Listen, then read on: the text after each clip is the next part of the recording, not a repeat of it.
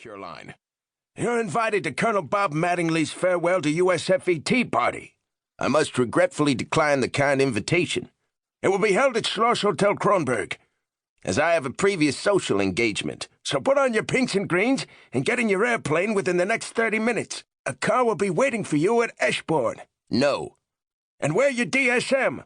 I was told I wasn't supposed to wear it. This is a special occasion. I ain't gonna wear the damn thing, which is sort of moot since I ain't gonna fly up there to play nice with Mattingly. When you get an order, Captain Cronley, the correct response is yes, sir. After a 10-second pause, Cronley said, "Yes, sir." More obfuscation was in play here. In order to make DCI-Europe seem less important than it was, to have it sort of fade into the background, it was decided that it be commanded, as far as anyone outside of DCI was concerned, by a junior officer.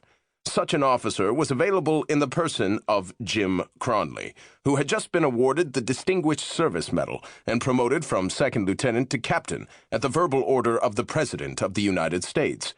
The citation stated that he had demonstrated, at the risk of his own life, not only valor above and beyond the call of duty, but a wisdom far beyond that to be expected of an officer of his age and rank while engaged in a classified operation of great importance. DCI-Europe was important, and not only because it was involved in surreptitiously keeping former members of Abwehr Ost and their families, many of them Nazis, out of the hands of the Russians by surreptitiously flying them to Argentina. This activity, should it become public knowledge, would have seen Truman, who had authorized Allen Dulles to make the deal with Galen, very possibly impeached, even if Eisenhower, who had brought the deal to Truman, agreed to fall on his sword to save the commander-in-chief. Under these conditions, it was obviously necessary to have some experienced intelligence officer looking over Cronley's shoulder to advise him and, should it become necessary, to take DCI-Europe over. Such an officer was available in the person of Major Harold Wallace, who had been commander of OSS Forward until its dissolution, and was now assigned to USFET counterintelligence. And there was more obfuscation here, too. In order to keep Army G2 off my back, as Wallace, a full colonel, had phrased it, he had taken the eagle off his epaulets and replaced it with the golden leaf of a major and allowed the Army to think Colonel Robert Mattingly was actually commanding OSS Forward. Major Wallace was given command of the 27th CIC detachment in Munich, from which position he was able to look over the activities of the 23rd CIC detachment, commanded by Captain James D. Cronley, which had been established to provide Cronley with a credible reason for being in Munich, in the hope that people would not connect him with DCI-Europe at the compound.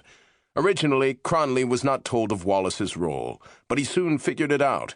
They worked out an amicable relationship, largely because Cronley accepted that Wallace could give him orders. 2.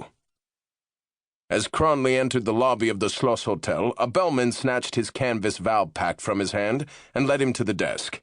"I'm going to need a room," he said to the clerk. "I'm very sorry, Captain. The Schloss Hotel Kronberg is a senior officer's hotel. I thought this was a low-class dump the moment I walked in," Cronley said, his automatic mouth having gone into action. Another clerk rushed over. "Sind Sie Hauptmann Cronley, Herr Hauptmann?" "Ja." The clerk switched to English.